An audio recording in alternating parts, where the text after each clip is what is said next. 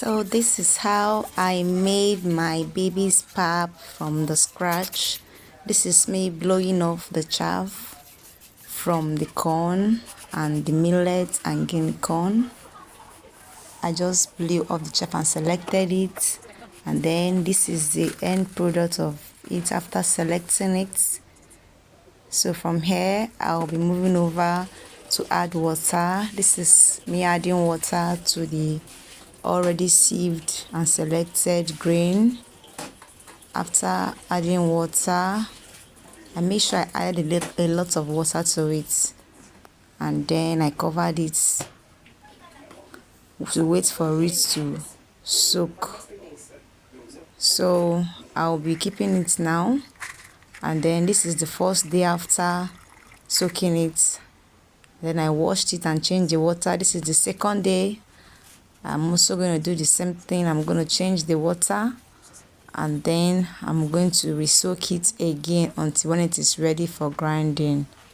So I remove the water, remove the grain from the old water, so that this is to make sure that the thing does not smell, make it look fresh. So I keep removing, use sieve to remove the whole grain. After removing all of it, yes, I'm still removing, and I pour the old water. So this is me washing it into the new water, adding another clean water to it so that it will be so fresh. So this is the day I went to grind it. I went to a commercial engine because my blender is a small one, I cannot grind it. So this is the place where I was grinding it. You can see how it is being grinded. Yeah. So after grinding it, this is me about to remove the chaff. Now it's time to wash off the chaff and get the real starch of the akamu. So this is it. I poured water inside that big basin, that big rubber. I poured water, and then this is the bag for washing it. I prefer some person prefer to sit down and tie this stuff around the rubber, but I prefer standing. It's easier for me. This is the way most Hausa people do it, this way that I'm doing it. So I just poured it, and then I will just shake, keep shaking. As I'm shaking, the water is coming out. But so you just need this method. You just need a lot of water to be available. So I just shake it off, and then I press the water out. Then I'll rinse it inside the other water and still squeeze out to make sure that there is no remnant of the real milk of the pap there. So after that, I will then squeeze out the water very well, then pour out the chaff. So this is chaff. I've poured out the chaff, and that was how I'm gonna do it, and that is how I'm gonna do it until I'm done. So I'm done already. I'll just cover it for some time to allow it to sediment, so that the excess water can come up and then the other part will go down. So this is it. Finally, I want to now drain the water. I'll just gently bend the rubber to make sure the excess water is being poured out. I won't pour it out with the starch. So I'll quietly do that. When I notice that the starch is now falling out with the water, I will stop. I also use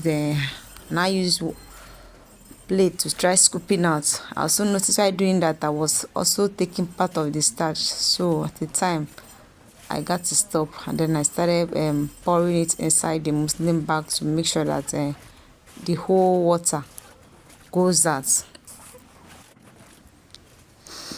So I'm still pouring it inside the bag. I'm still pouring it.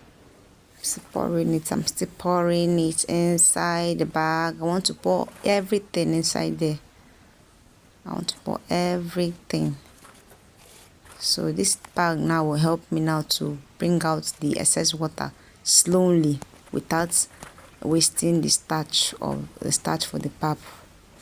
So that's the reason why we need this bag. Otherwise, if you leave it inside this big bowl, at the end of the day the water will finally finish, but then the pap will, you end up having, because the more it is being left in there. But peradventure, if you don't have a fridge or a freezer to store it after making, you can leave it inside this bag. After the water finishes, just leave it inside this bag, and then every day you change the water. So this is me. I'm now putting stone. This thing I covered is a stone. I covered it so that it won't touch that bag. So this is it. Now after some hours, the whole water is gone and we are left with just the starch of the pap. So I'm just trying to squeeze out if there's any other water in it. I'm just trying to squeeze it out totally, and then our end product is here. So guys, here is our pap. Here is the starch for the pap. So nice, so fine, so dried, so fresh. So there's nothing as beautiful as making it yourself and giving it the taste and flavor you want. You can see it's so fine, so neat, so beautiful. So this is it. So I'm just putting it inside this place to store it in my fridge. But if you don't have a fridge, like I said before, just leave it inside that bag, put it inside a bowl and pour water inside of it. Every day you change the water, it will still be as fresh as this. So that is how you can make your own pap. Thank you for watching. Thank